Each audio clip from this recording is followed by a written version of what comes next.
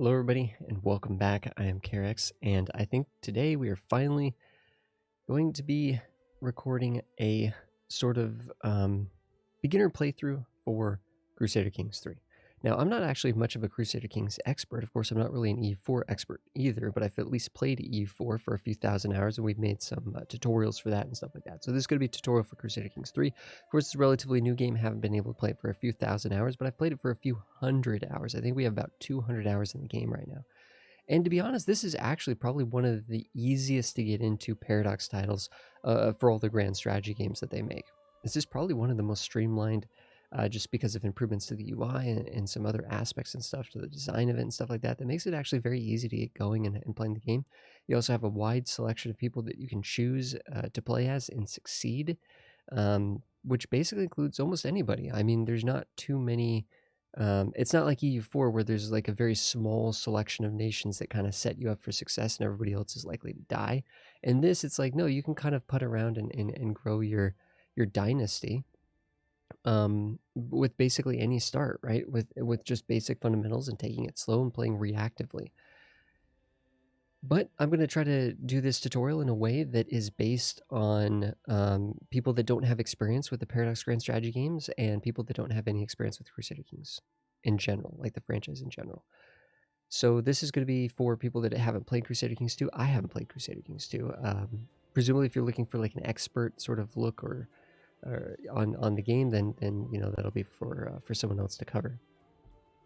So as we get in the game here, and we'll talk more about kind of the game and what it's all about and everything too, because I think that's actually pretty important. So as we get into the game, we hit play and we have this sort of map thing. But what we could do is we could actually go down here to the bottom left and play as any ruler. And that's what we're going to want to do. But you have two different start times. You have the 1066 start time, and then you have the 867 start time. I'm thinking, for the most part, we're going to want to actually do an 867 start, which is like essentially, and we're going to hit the play as any ruler and go to the map. Because essentially these games are basically kind of like big, giant map staring games, right? And from this, we can actually go and we can pick any of the playable characters. We just click on France here, boom, we'll be playing as this guy who's King Charles II of West Francia.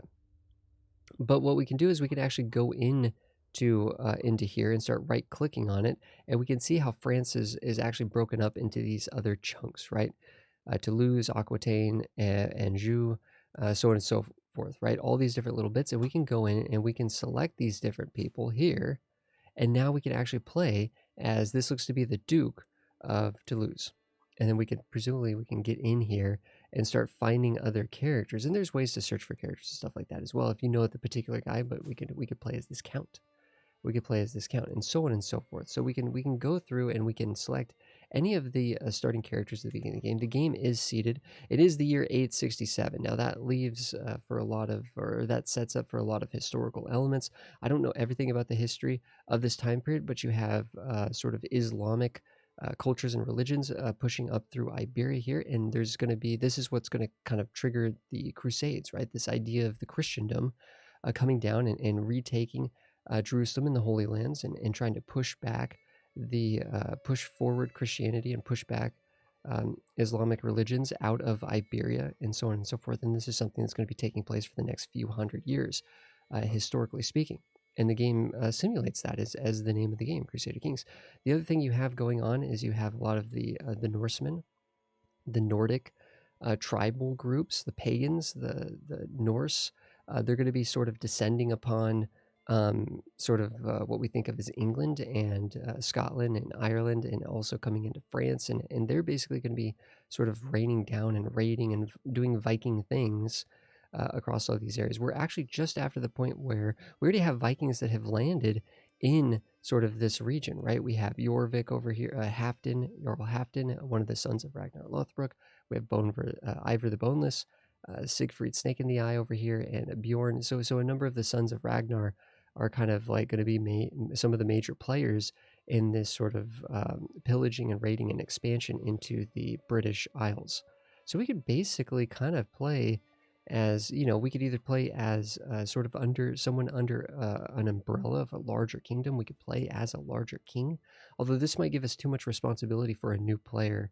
It might be better to play either as a smaller kingdom that's set up for success, like someone like Bjorn, would be a fantastic person to play.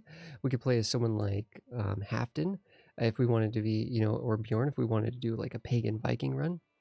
We could go into one of these larger kingdoms, and we can actually go in and pick some of these different counts and play as someone that again is under that umbrella of a larger kingdom, a protective kingdom. Like we can sort of benefit from the fact that we're inside Italy, and we can move and meander ourselves within this kingdom and take power from within, with while being protected by France to some degree, or Francia to some degree, because we're under this larger umbrella, and stuff like that. But then also at the same time, we're going to have to, we might not have as much control over our own fate. I think actually Bjorn might be an interesting one to do for the for sort of the beginner playthrough. Now, of course, this is a very different experience, right? Like all of these different countries, right? You could pick anyone in the entire world. You could play as some of these Islamic kingdoms and different groups, and some of these tribal groups in Africa and so on and so forth, and in the Far East. And you can try to restore different sort of play as different sort of religious groups. We could see the religious map mode here, and we could see how the world is broken into all these different pieces and stuff, and that's going to give us different flavor and different sort of moment-to-moment gameplay and different objectives and stuff, playing as these different religious groups, whether they're sort of like powerful religions or sort of minority religions and stuff, and that'll kind of affect our ability to our diplomacy, our ability to make relations with other nations, and how we are perceived by other nations in the world, whether or not people can agree or respect our ideology or not.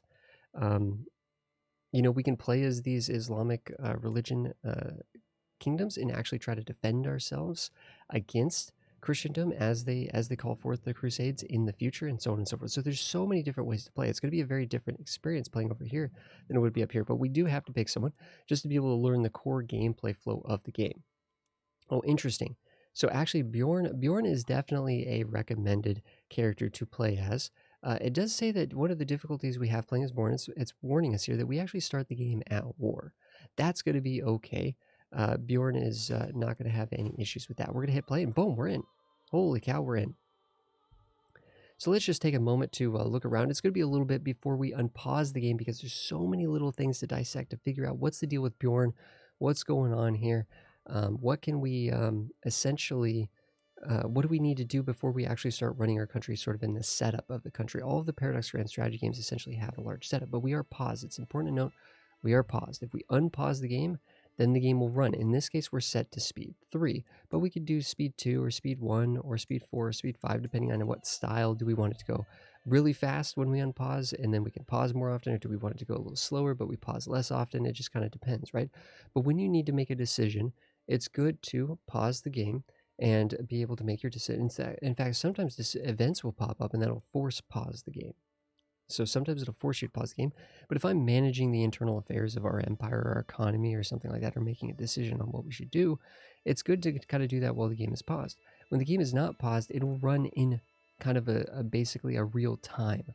So right now it's January 1st, 867, not 1867, 867. And if we unpause it, we'll slowly go to January 2nd, January 3rd, January 4th, so on and so forth, and we'll be rolling, we'll be moving. Different elements, different, in fact, now that we're at war, we know that our enemies will be raising up their armies and sort of, coming after us in that sense. Oh, actually, we're helping our brother, we're helping our brother to win the war against Mercia and Wessex. Here's the thing. We don't explicitly really care that much about this because we're just an ally. We're just helping out Halfdan here. Halfdan has plenty of troops to win this war on his own. We could actually ignore this, right? Because it's saying we have 7,000 troops against 3,500. Now that is actually factoring in our troops. We could see how many troops we have in a minute as we sort of try to figure everything out. But really there's a lot of different things on the screen. Essentially we're staring at a map. The game is paused. Uppland is the territory that we are in charge of right now. We essentially have the title, the Jarldom of Uppland. That is what Bjorn holds on to. Down here in the bottom left corner, we have Bjorn himself, and that is who we're playing as. We can click on Bjorn and open up this and learn a little bit about our character here. We're brave. This gives us different sort of benefits and stuff. We don't have a lot of contextual understanding to know what all that means right now, but we're impatient. These are thematic things that can give us a sense of who we are and the kinds of decisions that we might make when events pop up, right? We're brave, we're honest, we're impatient though. kind of an interesting combination, brave and impatient, but we are an honest character, and that you can imagine that improves our ability to deal with people diplomatically because people know that we're honest. We're a Viking. We get benefits for being sort of like a Viking character. We're a novice hunter, and we also have a charismatic negotiator perk. So we're actually a good diplomat. And we can see down here with our different skills, we have learning skill, we have intrigue skill, we have stewardship skill, we have martial skill, we have diplomacy skill. We are actually a good diplomat. We have an excellent diplomacy skill, it says right there. And like you can imagine, thematically, diplomacy allows us to take care of our vassals and our subjects and make them happy so they don't rebel against us. It makes it easier for us to make alliances and negotiate with other countries, sort of in a foreign affairs kind of a way. Our martial skill ties into our military might as a leader to lead armies, but also to just as a commander of the armies itself. Just sort of gives us a stronger sort of army force. It says right there that the levy size or army size actually is increased by this skill. We have stewardship, which is not particularly good in this case. It's saying this is affecting our ability to tax and manage and administer over our different provinces and our country. So in this case, we actually are not particularly good at administrative things. We're more of a diplomat. We're more of a military mind, right? We have very poor intrigue. I mean, our intrigue is absolutely terrible. Part of this is the fact that we're honest, so everybody knows we're a bad liar. We're a bad liar. We can't really scheme against other people. This isn't the way we get things done. We don't stab people in the back. We make deals with them up front. And then we have a terrible learning skill as well. Warriors don't have time for books, you know what I mean? We do have a high prowess. This is actually our ability to fight in combat as an actual soldier. Having a high prowess makes it more likely for us to contribute more to the army, to the battle, and also less likely to die. So having a high prowess actually gives us the ability to win the skirmishes as an individual character, because we can die in battle. We can fight in battle and die in battle, and that's not good, right? We have a spouse here as well. It seems like our spouse likes us. So this is basically someone's opinion of us is basically a margin between -100 and +100. So they can either hate us by being at -100, or they can really like us by being +100. In this case, +65. That's good. That's high. This person likes us. This person likes us. We have a marriage here. This marriage is saying that it is a patrilineal marriage. So that means that our kids are going to be of our dynasty, not our wife's dynasty. Our wife is actually a lowborn. So she doesn't actually have a dynasty. Here is our dynasty. And this is essentially who we're playing as. More importantly than Bjorn, because eventually Bjorn will die. And we will have to take over as the heir. And in this case, our heir is Eriker Bjornsson. So this is our heir. And we could take a look at who our heir is and what he's good at and what his wife is like and whether his wife likes us and his different sort of traits as a person and stuff. And to be honest, he's not particularly amazing, right? Especially compared to our character ourselves. We are very specialized and we're very good at a couple things. Our son's best stat is an average martial skill, and everything else he's kind of not that great on. I mean, he's better than us in learning and intrigue, but it's still poor. It's still below 10, right? So when it comes to the skills, you kind of think of it like a 0 is like the worst. A 20 is really, really good. It's not the max. You can go beyond 20, but a 20 is fantastic. So 20 would be amazing. 0 is terrible. And, a 10 is an average by that metric. But you can specialize your character quite a bit to get much beyond 20 in these different fields by sort of working on different lifestyles and stuff like that. We can see some other things here, like we have a certain amount of gold. That's also represented up here in this UI on the main screen. We have a certain amount of prestige. That's also up here. These are currencies. So piety, prestige, and gold are all currencies that we can spend. And then also we have a certain amount of military strength, which is also up here in our levy. So we have 1,200 dudes that we can raise up right now with 6 champions. Those champions are like our knights. They're like that's when it factors in this prowess of those individual champions. And those guys can add a lot of oomph and damage and sort of ability to win the battles by being better champions, essentially. And the cool thing is, one of the things you can do is, if you're ever curious about something, you can just hover over it and do some reading. And they got this lock in this tooltip within tooltip thing. So it's like, okay, levies. Let's read about levies. And let's read about the toughness. Okay, what does toughness mean? Okay, what is a soldier? So on and so forth. And you can keep going through these different toolbits to get the contextual information. That's one of the reasons why it's much easier to learn this game than the other Paradox games. But what we're going to try to do with this tutorial, of course, is explain the context and build the foundation for understanding the game just by sort of talking things through as we need to understand this stuff. We don't need to understand the details of any of this stuff. Thematics are going to get us by in many ways, right? With thematically, we're a diplomat. If we think like that just in a thematic sense, what does it mean to be a diplomatic person, diplomatic character, diplomatic king?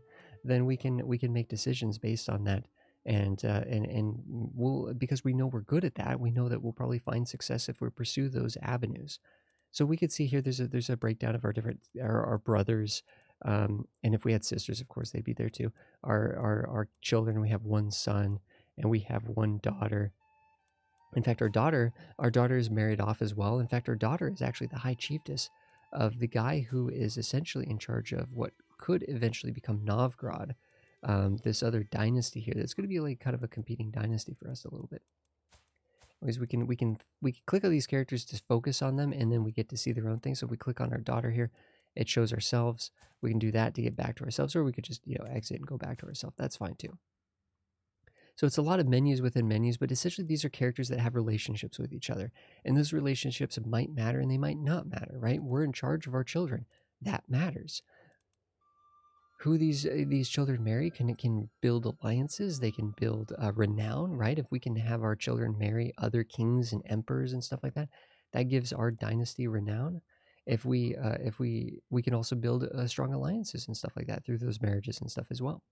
And as the person in charge, as the head of this house and of this land here, and as this independent top ruler of this area, we have control over our court, and that includes our children and sort of what they who they marry and stuff like that, as long as they're sort of within our court and below us in that sense, in the hierarchy of power. Up here, we actually have some issues. This will tell us that we have some issues that we need to deal with. These are actually really, really good little pop-up notifications. This will help us get into the fight, so to speak, in terms of getting into the game, I mean. And so this is saying we need to choose a lifestyle. Okay, great. We don't have a lifestyle. Down here you can see every character that you play as has a lifestyle that they're then working on. We can open this up, and these are essentially, if we click on any of these are essentially the like little Skyrim perk trees, basically, right? And we can work on these different things. The stewardship is going to help us with economy and infrastructure and development and just internal politics and stuff like that. Diplomacy is going to be what it sounds like. In this case, we're actually already working down the August tree here. So we can see some of the benefits that we've gotten because of this. Okay, so we can see some of the benefits we have here, but this is what Bjorn's already 40-something years old, so he's already been working on this stuff before we even took over, before the game even started. We could continue to double down on this because it says, because of your diplomacy education, you gain 30% more experience in this lifestyle. So we can actually gain diplomacy skills faster because our character is specialized in diplomacy. And we probably want to finish out this perk because this is the final perk in the tree, and it gives us this special trait, August, which gives us 2 extra diplomacy, 1 extra martial, and some extra prestige. And we can see some of the benefits here of what we get from this. And then we can continue to double down and actually work on some of these other traits here that might also be good. So we have to pick a lifestyle. If we pick one of these 3 lifestyles, then it's going to allow us to earn experience in this tree and continue to get perks in this section. We know we earn 30% more experience if we pick one of the diplomacy ones. If we click on martial, let's say, hey, maybe we want to start working on strategist or overseer or gallant. Well, we could pick one of these, and that would allow us to work on these. We won't get the 30% bonus, though. But sometimes we might want to do that. We might want to dip into other areas and get other abilities and benefits from these different things. But this character is a diplomacy character, so I think we double down on that concept. This actually, family focus actually gives us more fertility, which could be interesting if we wanted to have more kids. But I think for the most part, maybe we just we double down on foreign affairs focus. Can never have too many friends near or far. Or we could actually do this thing to gain monthly prestige. We don't know much about prestige, but it's a currency that we can spend. But this gives us quite a bit more diplomacy. So let's do that. And we get a certain amount of diplomacy experience per month focusing on this lifestyle. We'll get additional events that can help boost that too. And we'll continue to work on this stuff. Just because we take foreign affairs doesn't mean we have to do any of these particular trees. It's just that these are the 3 choices. And then they do kind of correspond to the different trees thematically. But we could do this and we could finish this just fine. We could work on the family hierarchy just fine even without family focus. That's totally fine. If we ever wanted to reset the perks, we could, but it would gain stress for our character. It could cause like a midlife crisis, and we could pick up negative traits. So if we click on our character, right, we have all these positive traits here, all nice and blue and a bunch of green, plus this and plus that, and all this good stuff, right? If we get negative traits, they'll be in red, and those can be things that we can get by overwhelming our character with stress. So right now our stress is totally managed. It's 0 out of 300, but you go to different stress levels. It's like every 100 stress is like a new stress level and stuff. So that's something that we've learned about just by exploring the lifestyles, is that there's sort of the stress component, and we'll see how that works when the events start rolling. We have some issues right now. It's saying that we can recruit some men-at-arms. We actually don't have the money for that. Or actually, wait a second. I take that back. Men-at-arms, I believe we can click on this and it'll open up the Men-at-arms tab. So we have these different tabs over here that break up our country. The management of our country is broken into these tabs. We have the realm, which shows us the different pieces of land that we actually control directly. These castles, because they show up with their name, these are the castles that we own directly. There's another way to see that too. But if we right click on Uppland here, hold on there. Okay, we sort of click on our area. We can see that some of these, this is Uppland. This means that we control this stuff directly. This is Uppland. This is ours directly. These are little subjects these are vassals. These are different little vassals. You can see this line here that says that they bend the knee to us. They bend the knee to us. So we have the Jarldom of Uppland, and these guys are little earldoms. These are little earls, or chieftains, sorry, chieftains. These are chieftains, I apologize. Are we an earl? Anyways, these are chieftains, and these guys will essentially bend the knee to us, right? So if we click on this, we are the Jarl Bjorn. So we're like one step higher. We have the Jarldom, which encompasses a lot of these different areas right now. We have these different chiefdoms as well. So these are direct titles that we have, direct holdings that we control. So we're getting direct benefit from those different holdings. So this is saying, so that's what the realm is here. And we can click here to see the vassals. We can see most of them like us right now. But, you know, they could always like us more, right? Some of these people barely like us, and they could always like us more. There's ways that we could potentially deal with that and stuff. But for the most part, we don't seem to have any immediate crisis going on right now.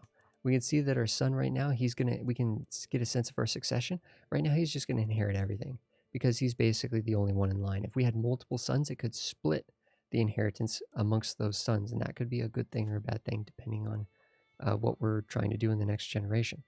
We have our military management. We have our levies here. We have our champions. We can click on these and find our different champions. Ooh, this guy's a really good champion here that he's in our court. We can recruit him. So these are characters that we could recruit to join the cause, to join the fight. This might be worth doing. We'll have to see what it's worth. We could click on that now. And it's actually, you know, it's going to be super cheap. What the heck? Let's recruit this guy. He's a 14 champion. He'd be one of our best knights. So there's no reason not to recruit. How much to recruit this guy? 3 gold as well? Heck, you know, we don't have a lot of gold, but I think it's worth getting some of these knights to join the ranks here because they're so much better than who we have. Otherwise, we're putting some of these chumps down here on the battlefield, and they're not going to fight as well. So we've increased our knights a little bit there just because we're just exploring that a little bit. But we can come down here, we can create men-at-arms. These men-at-arms are going to cost prestige. So this is something we could spend our prestige on. This is because we are a tribal country. If we were a feudal country, it'd cost gold. So in this case, we could do this, but we only make 2 prestige per month. 2 prestige per month. So if we were to click on this guy, we'd have to see how much prestige fully maintained. It costs 0.2 per month. So it costs us prestige to have these groups, to have these soldiers is like a standing army. So we basically, our prestige allows us to recruit these fearsome warriors, and these guys are like better than levies. Levies are just dudes with sticks, basically. You give them pitchforks and they just get on the front line and they just charge the enemy. These are like trained soldiers. These are like hardened soldiers. These are very good, fierce fighting units that will essentially make you proud on the battlefield. And having these guys mixed in with your levies will make your army significantly stronger. These different sort of men-at-arms have different specialties and different terrain types. They also counter. They're also effective against certain kinds of units, like the pikemen are good against cavalry units and so on and so forth. I don't know if we need to look and see what else we can do with prestige before we spend on that, but that's something to keep in mind. One of the big things to go to right now is when you're managing your country and you're looking at what you can do before you unpause the game. In fact, one of the things we're doing is we're doing this. It said men-at-arms. It opened up this tab over here, and we're just now kind of realizing, okay, wait a second. Let's get a sense of like what our country, how we can sort of look at the internals of our country here. So one of the things that you're managing as a ruler of this land is your council. And your council are your different advisors that you can do to assign to different tasks. And these guys are incredibly important, and their ability, how good they are at their job is very important.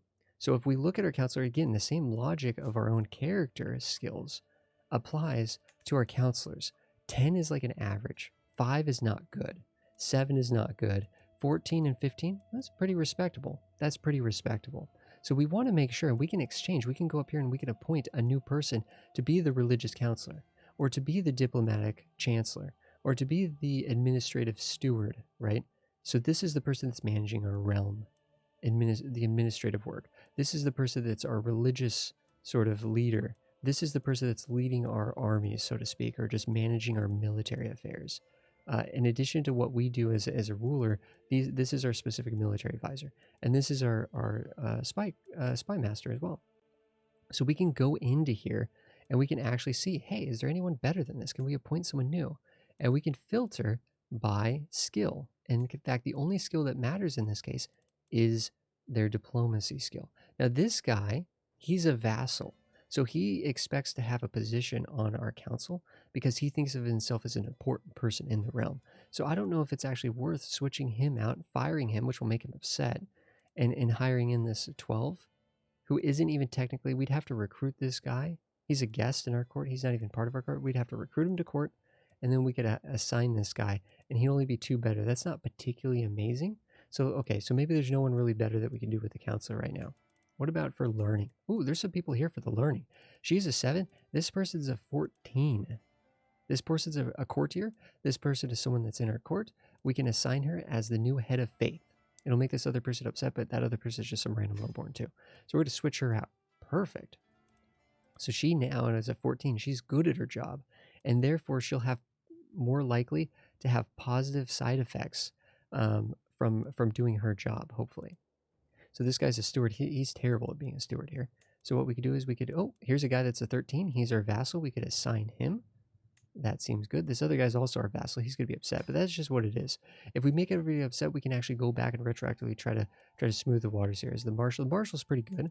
It makes sense. Yep, he's the best guy we have there. If we look at the spy master, yep, he's the best spy master we have here. And it's also very important to keep your spy master happy. This guy likes us. That's a good thing. That's like an extra bonus there, because if your spy master doesn't like us, you might end up getting a knife in the back, your own back. We can actually have our wife actually helping us, either sort of doing a mix of just helping us a little bit. Right now, she's just giving us +1 diplomacy, +1 martial, 2 stewardship, 1 intrigue, and 2 learning. We could actually have her specialize and just give us learning skill, or give us stewardship, or focus on these different things.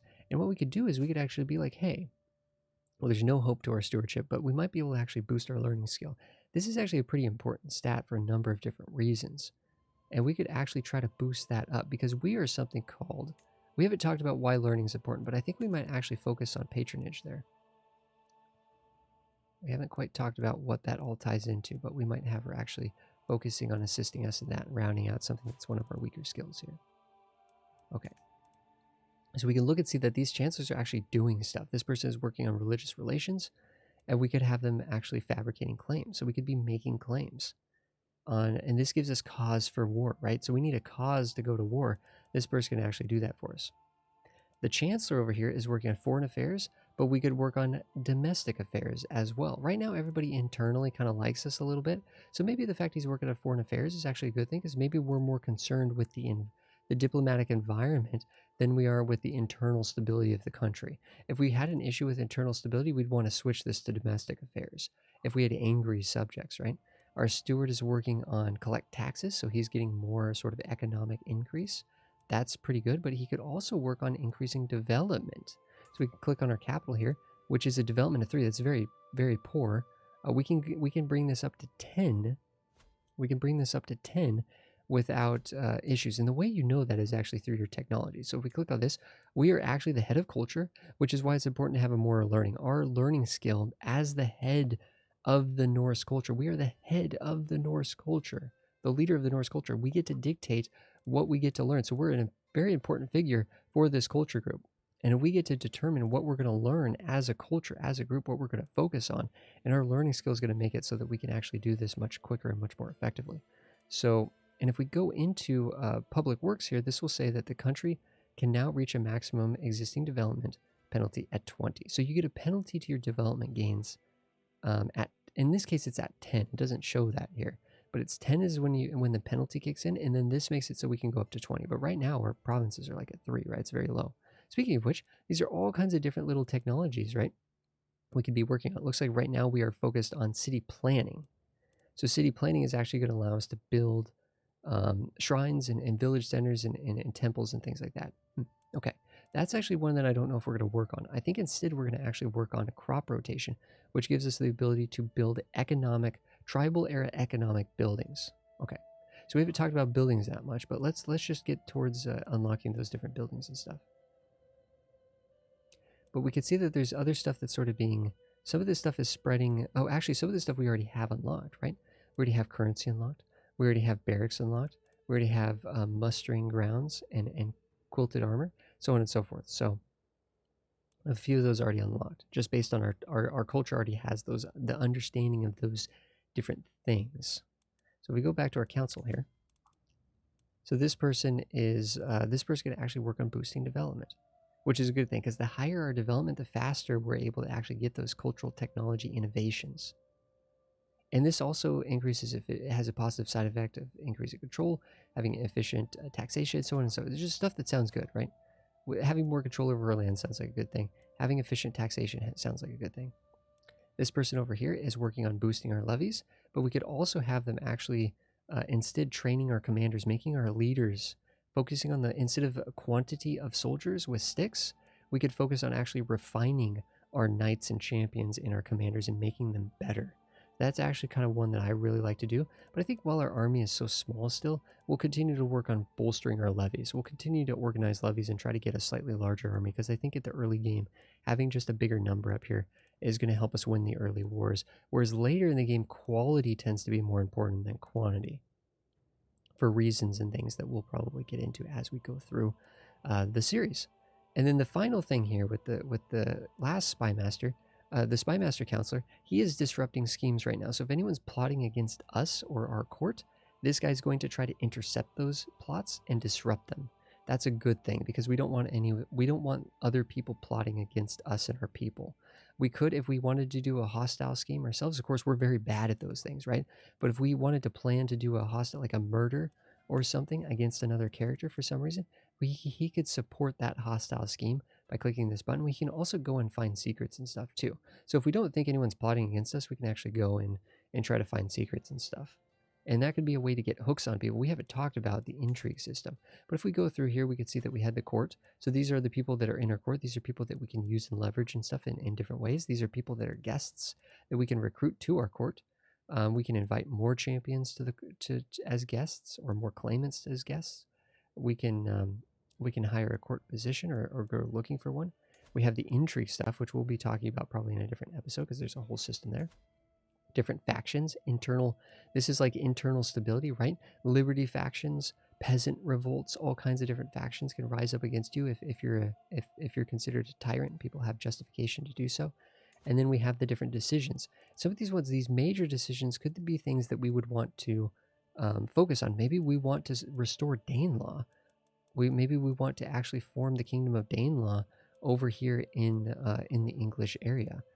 And so on and so forth. So there's different things that we can actually work on here. We could adopt feudal ways. Right now we're tribal, but we could try to adopt feudal ways. It'll tell us all the things we have to do before we're able to actually hit that button and stuff, right? That could be a long-term goal for us in this run. Then we have just sort of decisions that you're meant to do kind of all the time. We can host feasts, and that'll make people happy, but we don't have all the money for that. We can go on hunts.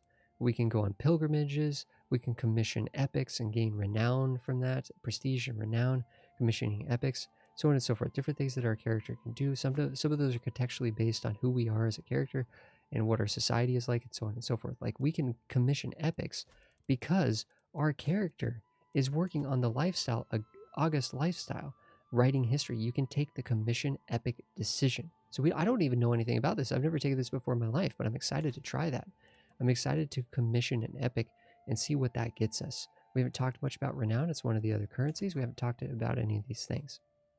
We haven't really talked about much of anything.